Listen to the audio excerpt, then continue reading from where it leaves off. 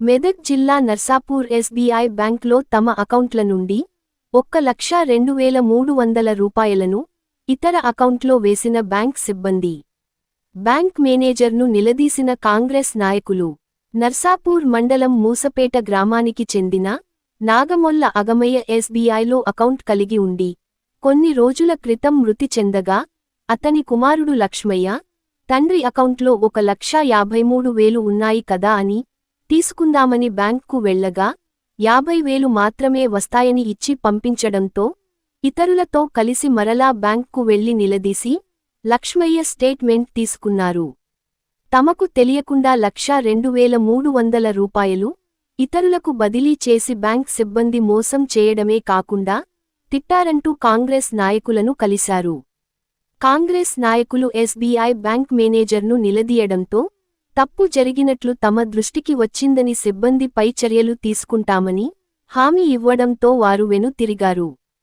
చదువుకోని ఏమీ తెలియని వారిని బ్యాంక్ వారు ఇలా మోసం చేయడం సరికాదని, తాము గమనించడం వల్లే తమ డబ్బులు తమకు వచ్చాయని, మంచి పేరు గల ఎస్బీఐ బ్యాంక్లో ఇలా జరగడం సరికాదని ఖాతాదారుని కుటుంబీకులు ఆవేదన వ్యక్తం చేస్తున్నారు.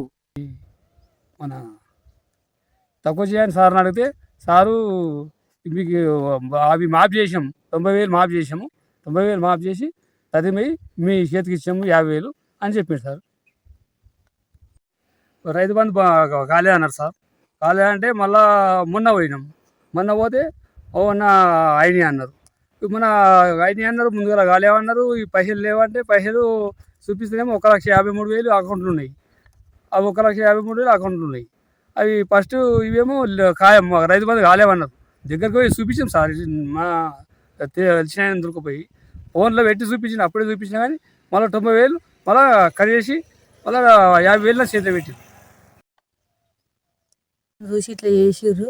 మేము చదువుకోలేం కదా, చదువుకోని వాళ్ళని చూసి తెలియని వాళ్ళని మా ఆయన పోతే ఇట్లా చేసిర్రు. తర్వాత నేను దొలుకొని పోయినా, ఇట్లా అయిందని నేను దొలుకొని పోతే ఆ సార్ ఏమంటుండే, ఏందమ్మా మా మామ అకౌంట్లో ఇన్ని పైసలు ఉండే ఇట్లెందుకు అయింది సార్ అని అంటే, ఆ సార్ ఏమంటుండే, ఏందమ్మా నువ్వు ఇంత పెద్ద సార్కు ఇంత పెద్ద రిస్పెండిషన్ ఇస్తున్నావు నువ్వు అని అంటే, తప్పు జరిగింది సార్, అందు గురించి ఇస్తున్నాము. మా తప్పు అయినంటే మీరు అట్లనే ఊకుంటురా, మేము కట్టాలైనంటే మీరు ఇంటి దాకా పంపించకుండా సార్, అట్లని మేము వచ్చినాము అని నేను అన్న సార్. దీని గురించే మా మామ అకౌంట్లోకి నుంచి ఇట్లా వేరే వాళ్ళ అకౌంట్లోకి చేసిర్రు.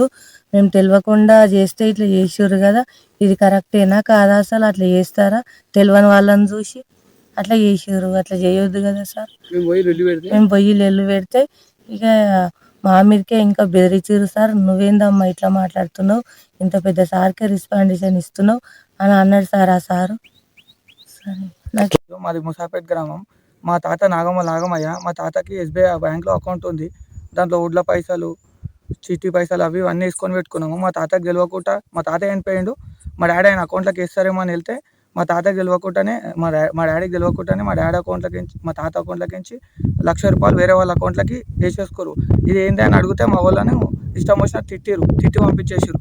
తెలిసి అన్న వాళ్ళని ఆలీలను పట్టుకొని పోతే అప్పుడు కొంచెం గొడవ చేస్తే అప్పుడు మా తాత అకౌంట్లోకి వేసారు. చదువుకున్న వాళ్ళు ఉంటేనే ఇంతగానో ఆగం చేస్తారు. చదువుకున్న వాళ్ళు లేకపోతే ముసలోళ్ళు పోతారు బ్యాంకులకు మొత్తం. వాళ్ళని ఇంతమంది ఇప్పటివరకు ఎంతమంది ఆగం చేసి ఉంటారు. ఇట్లా నమ్మకంతో పోతే ఇట్లనే చేస్తారు బ్యాంకులో, ఎస్బీఐ బ్యాంక్ మళ్ళీ.